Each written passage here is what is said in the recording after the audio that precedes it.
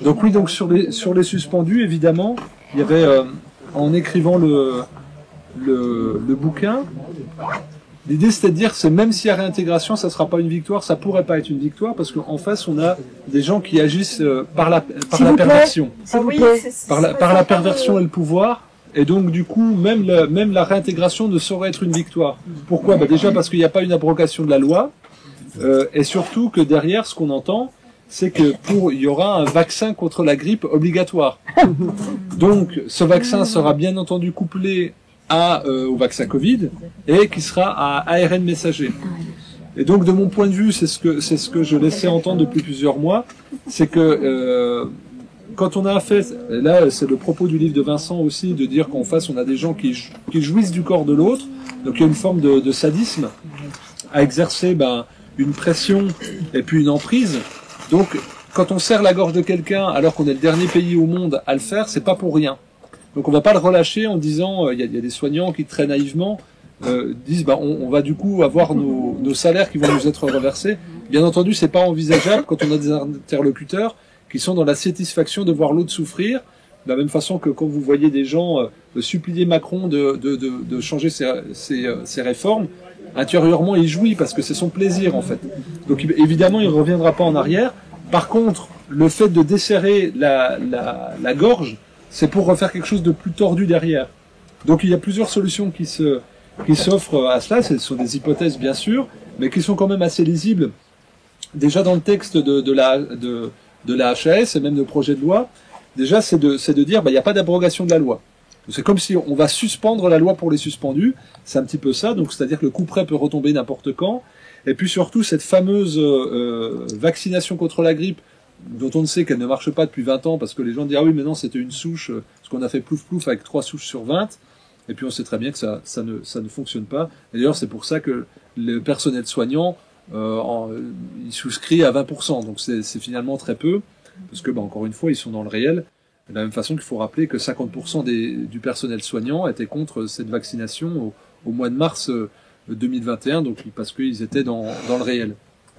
Et donc là, on reste dans l'abstraction pour le coup, de sorte que d'ici 6 mois, on va dire vers novembre, quand il y aura des symptômes grippaux comme il y en a tous les ans depuis qu'on fait des statistiques sur les symptômes grippaux, reviennent sur le tapis un nouveau vaccin qui soit encore plus sûr et plus efficace que celui de la grippe, ARN messager bien sûr, parce que maintenant que ça a fait ses preuves, on peut le fourguer, parce que là le but c'est quand même que tout soit ARN messager. C'est pour ça que le bouquin d'Alexandra Orion-Caude est assez intéressant à décortiquer. C'est vraiment comme le disait Moderna, the software of life.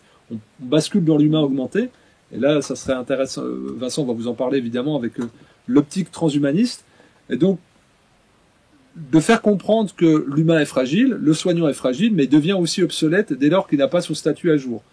Donc il a été suspendu pendant, on va dire, quasi 2 ans de son droit d'exercer de manière arbitraire, parce que évidemment c'est encore en phase test. Et donc là, on va lui remettre la pression dans 6 mois en lui disant tu feras coup double, Covid et grippe, ce qui est très malin aussi d'un point de vue juridique. Parce que le fait que pour les injections, il y ait de plusieurs souches ou formes moléculaires, c'est un chimiste qui m'avait raconté ça, donc c'est pas du complotiste, c'est en fait si vous avez un effet secondaire, à qui vous allez vous adresser. Est-ce que ça va être le produit contre la grippe ou contre le Covid qui va vous donner un effet secondaire. Et donc, pour un peu qu'il y ait des ententes de laboratoire, c'est ce qui se passe, ce seront des laboratoires différents, donc il faudra faire des procès différents.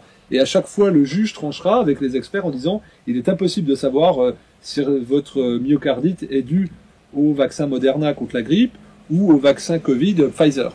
On ne peut pas trancher, donc nul et non avenu. Ce qui fait qu'il n'y aura plus jamais d'effet secondaire.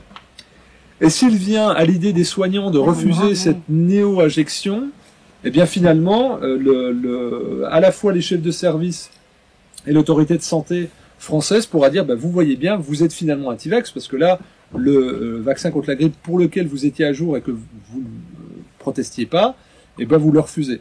Et là, on est reparti dans un cycle où on represse, et il y a la notion de rituel dans mon livre, mais j'en reparlerai, et donc là, en même temps, on réabsorbe les gens qu'on a mis sous emprise en les forçant et en faisant une manipulation psychologique dégueulasse qui relève presque plus de la torture que de la conviction scientifique. Et ben pour les faire se piquer une 4e fois, voire de reprendre quelque chose de nouveau. Donc on renforce l'individu dans le fait d'être agrégé dans le groupe des sauveurs, et puis on force l'individu à soit à y revenir de manière complètement dégueulasse parce que il est à bout de ressources financières ou bout de ressources psychologiques ou à bout de ressources humaines parce que il est de plus en plus isolé. Et puis l'autre va se sentir dans un sentiment, je vais me repiquer une fois de plus parce que je suis vraiment le sauveur de la nation. Donc on va retourner dans un schéma de confrontation. Donc déjà, le danger de cette loi-là, il est assez perceptible parce qu'il y a on va dire cette épée de Damoclès qui est clairement indiquée. La deuxième chose aussi qui est tordue mais qui fait coup double, donc c'est pour ça que je la juge crédible. Et là, elle va toucher aux adolescents. Je ne sais pas si vous avez vu, en ce moment il y a des procès contre les injections papillomavirus aux États-Unis. On est en cours. Et au même moment où il y a le fameux en même temps macronien, au même moment où il y a ces procès-là, notre cher président nous dit il faudrait que ça devienne obligatoire pour les ados filles et garçons avant les premiers rapports sexuels. Et donc, si vous réintégrez des soignants suspendus, là, ce qui se profile à peu près en gros, ils vont reprendre les tâches les plus chiantes, les gardes, etc. Parce que, de manière tout à fait entendable, les gens qui sont restés dans l'institution sont épuisés. Parce que, déjà, ça s'est continué de se dégrader, donc l'épuisement a augmenté. Et même si les soignants suspendus seraient en place, il y aura toujours le même taux de dépression, de fatigue chronique, etc. Et que là, en plus, on leur a enlevé des collègues, et pour certains collègues qui avaient des postes clés pivots.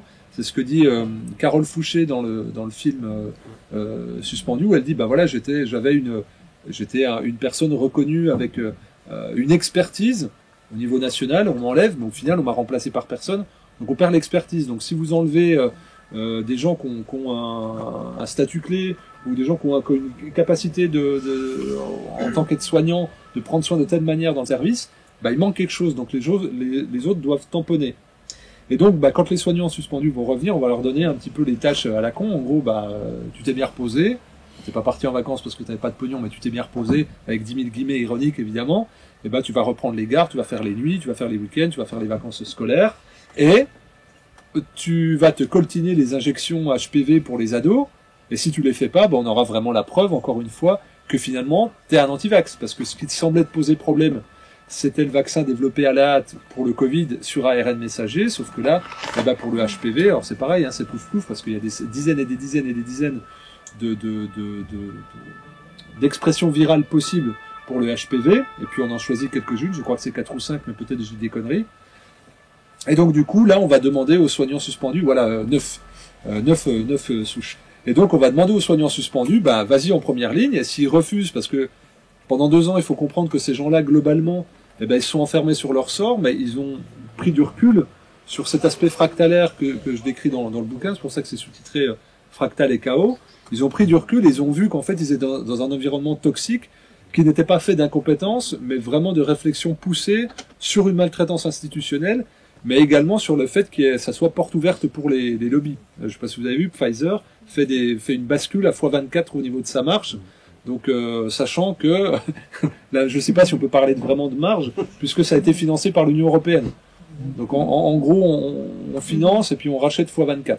Donc, c'est une bascule qui est assez inédite dans l'histoire du commerce. Là, c'est assez grandiose.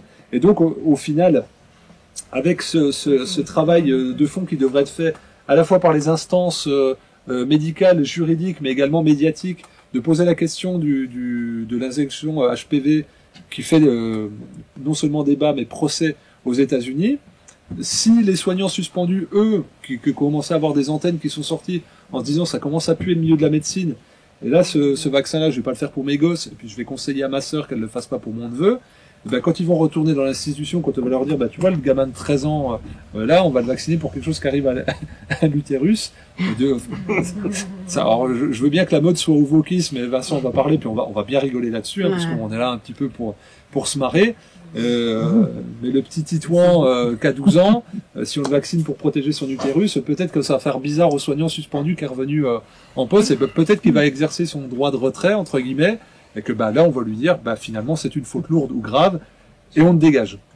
Donc il y a plusieurs leviers à activer parce que tout n'est pas réglé, tout n'est pas idéal. Alors il y a des services qui sont très heureux du retour des soignants suspendus parce que c'était des personnes estimées professionnellement, humainement, et puis les gens étaient contre la suspension, mais pour X ou Y raison, ça s'est fait parce que tout le monde s'est un peu couché, tout le monde avait peur, tout le monde était un peu dans le statu quo.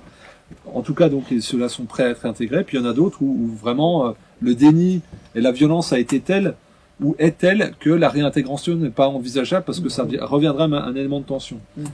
Projetez-vous sur le fait que vous deviez revenir à la machine à café et puis que au bout de 2 ans vous avez accumulé beaucoup d'informations, par exemple sur les injections HPV, mais sur plein d'autres domaines.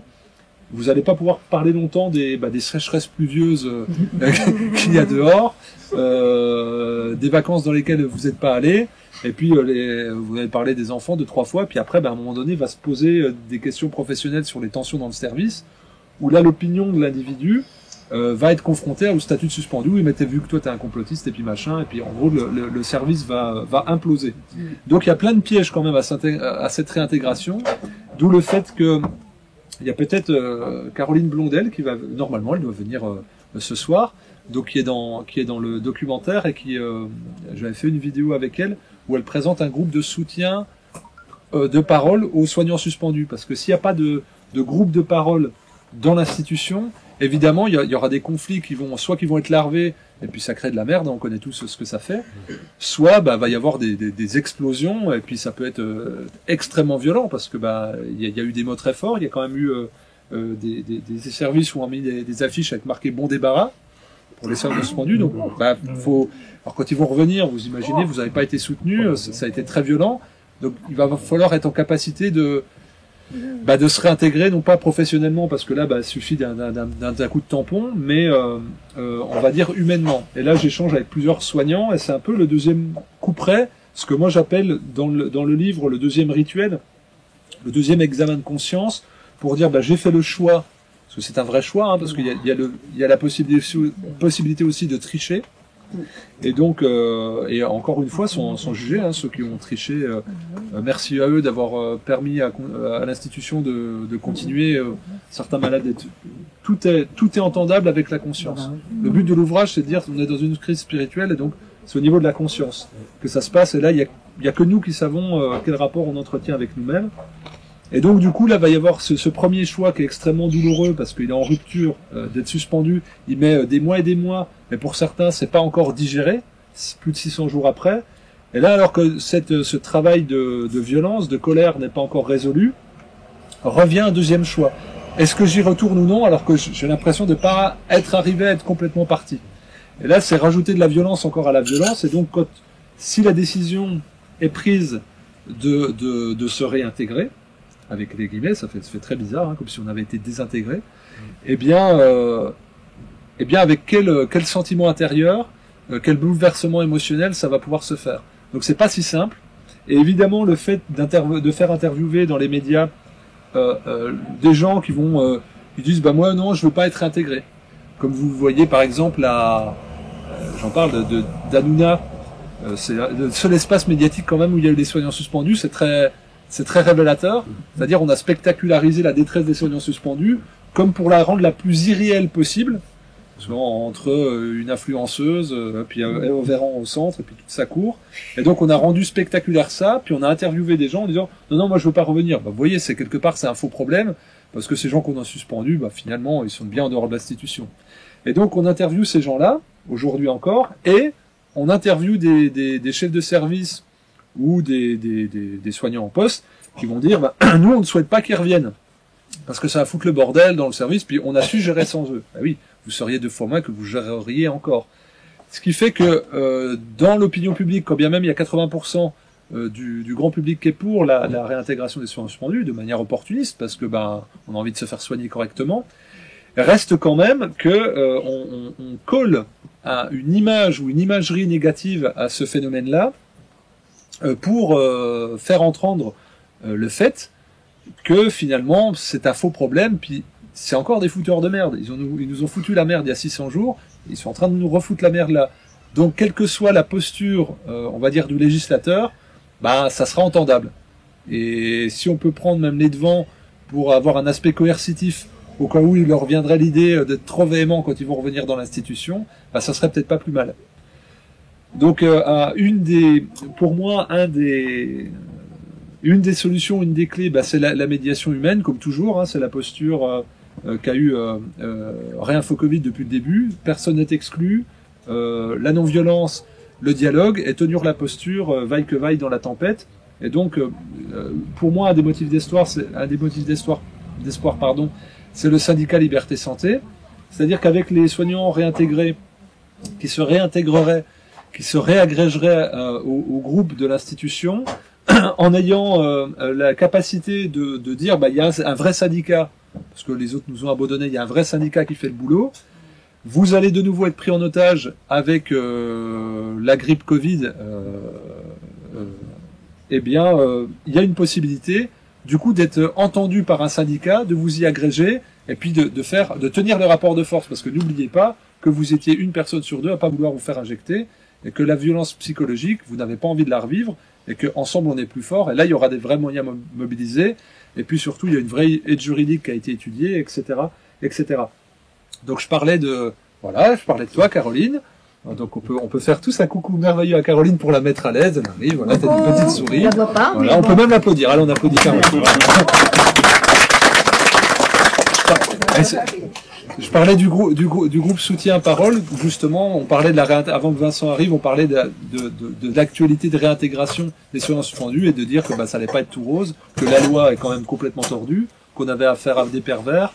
Et puis que si on faisait pas le lien humain, il serait complètement disloqué dans certains services où il y a encore trop de violence à l'intérieur des individus du fait de la suspension, beaucoup de culpabilité aussi de certains collègues qui ont pris conscience plus tard de ce qu'on avait fait aux autres. Et c'est un peu comme dans une famille quand il y a une grosse engueulade, c'est qui fait le premier pas, comment, à quel point on est habile. Donc on est un peu dans cette situation d'observation, de trucs un peu pourris.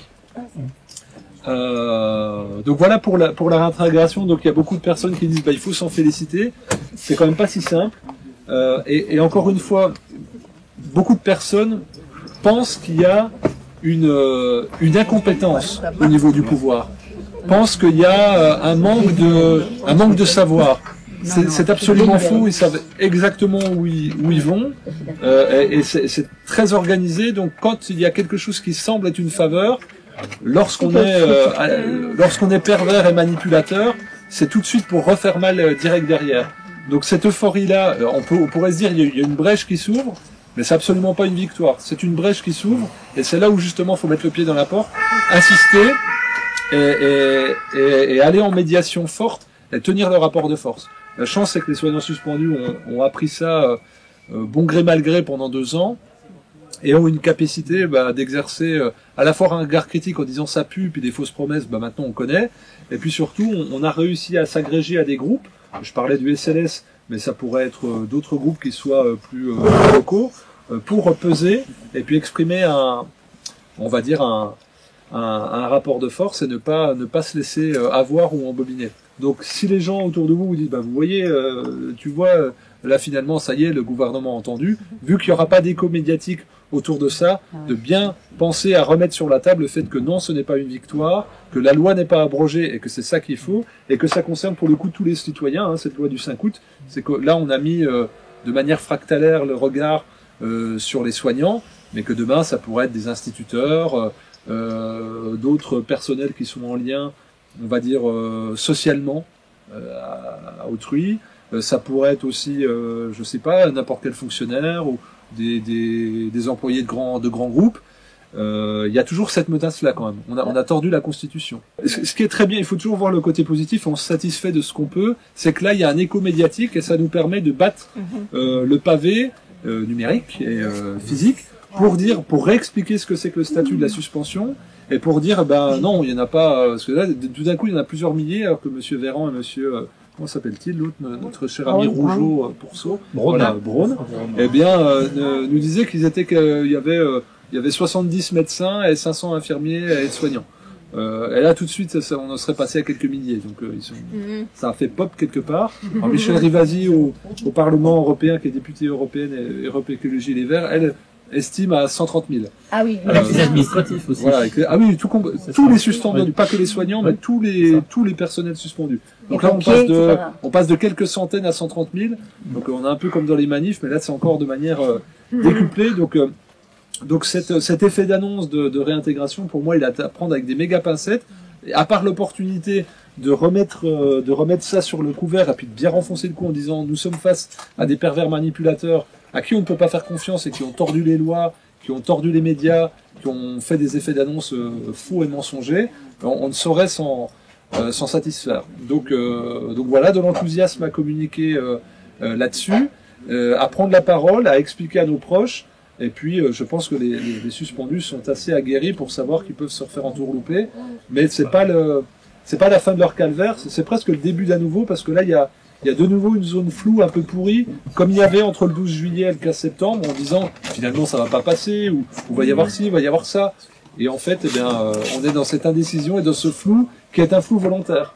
Évidemment, parce que par les jeux des commissions et on va dire des institutions, le gouvernement dit on se glisse derrière la HAS, la HAS a dit on va voir le législateur dit bon on va basculer au Sénat. Donc en fait on peut se donner bonne conscience, bonne morale en disant on est du côté des soignants suspendus et du peuple, tout en créant une vieille commission un peu pourrie avec des inconnus, et puis passer à la trappe quoi. Donc voilà pour cette histoire de un petit peu de la suspension. Je ne sais pas si vous avez des partages là-dessus. J'ai une question, en fait. Oui. C'est les soignants non suspendus, en fait, qui travaillent. Il n'y a pas une inflexion chez eux avec tous les effets secondaires, avec. Alors, la question pour que tout le monde entende, c'est est-ce que chez les soignants qui sont restés en poste, il n'y a pas une inflexion vis-à-vis des effets secondaires? J'ai parlé tout à l'heure de déni, et ça je le détaille aussi dans le bouquin. C'est un mécanisme psychologique très important, de protection psychologique. C'est-à-dire que quand la violence est telle, on se mure dans le déni pour plus. D'ailleurs, il y a certaines personnes à qui, dans votre entourage, qu'ils soient suspendus ou non, à qui vous avez, qu'ils soient suspendus en poste ou non, à qui vous avez dit, bah là, t'as vu la preuve que machin. Non, je veux pas savoir. Et au bout d'un moment, on veut pas savoir. On l'a entendu beaucoup de fois parce que c'était trop violent. Je n'ai pas les ressorts psychologiques pour supporter cette confrontation. Et en fait, ça m'amènerait à reconsidérer beaucoup plus que le phénomène de la pression sur l'injection. C'est non seulement ça voudrait dire que on m'a pris pour un con, mais si on m'a pris pour un con là-dessus, on m'a pris pour un con sur quoi d'autre et depuis combien de temps? Et puis aussi, il y a le sentiment de culpabilité en plus du déni. C'est-à-dire, merde, ce collègue-là, finalement, c'est un peu moi.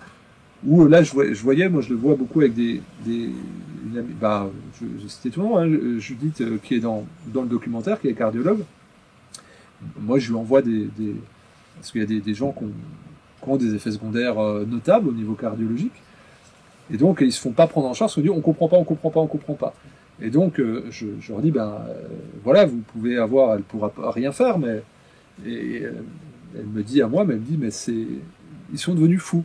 C'est pas de l'incompétence, c'est de la folie, parce que c'est, à première année exerçant, saurait voir. Et donc, ils trouvent des formules alambiquées, des néologismes, ils inventent des nouveaux noms de symptômes, ça a plus de sens pour ne pas admettre. Mais il n'y a pas de mot d'ordre qui a été donné. Dans le service, on s'est pas dit on va faire ci, on va faire ça. C'est juste que j'ai recommandé peut-être même à des femmes enceintes de le faire, peut-être moi je l'ai recommandé à mon enfant. Donc les gens qui sont restés dans l'institution se retrouvent dans quelque chose qui est très violent, d'où le fait justement dans cette réagrégation possible du nouveau groupe à travers par exemple un syndicat comme le SLS, il y a à la fois le support psychologique, mais aussi le support informationnel pour dire, voilà, regarde comment ça s'est passé, regarde les chiffres, pour petit à petit faire arriver au constat de 1, on m'a pris pour un idiot, et 2, on a joué avec la santé sciemment, et on a dissimulé. Comme vous avez vu, le conseil scientifique là, qui a refusé de rendre public le rapport sur la gestion de la crise, il a été condamné à 2 000 € à verser aux Parisiens, je crois. Bon là, on a quelque chose d'absolument ridicule, où Agnès Buzyn, qui doit être auditionné devant un magistrat pour s'expliquer sur sa gestion Covid, et ne s'y présente pas, c'est pas grave. On va dire ça laisse quand même des traces. Normalement, si on est fier parce que quitte à recevoir la Légion d'honneur pour sa politique sanitaire, peut-être qu'on peut être fier d'aller devant le magistrat puis de bomber le torse. Moi, c'est ce que je ferais avec toute la morgue que j'aurais à dire. Je suis quand même un citoyen de progrès. C'est grâce à moi si la crise a été si bien gérée. Rappelez-vous, Vincent vous en parlera peut-être. La personne qui a mis l'application là, tous Covid, machin, tous tracés, Ah oui, il a eu la je sais Légion pas quoi. d'honneur. Il a eu la Légion d'honneur. Donc ce qui est intéressant, si vous lisez le bouquin de Pierre Chaillot, c'est que lui vous explique qu'en fait, grâce aux statistiques qu'il a donné sur le site officiel du ministère de la Santé, Pierre, il vous montre qu'en fait, c'est une épidémie de test et absolument rien d'autre. Donc même les gens qui sont décorés de la Légion d'honneur et qui se vantent d'avoir des bons résultats, servent la cause opposée à leur idéologie.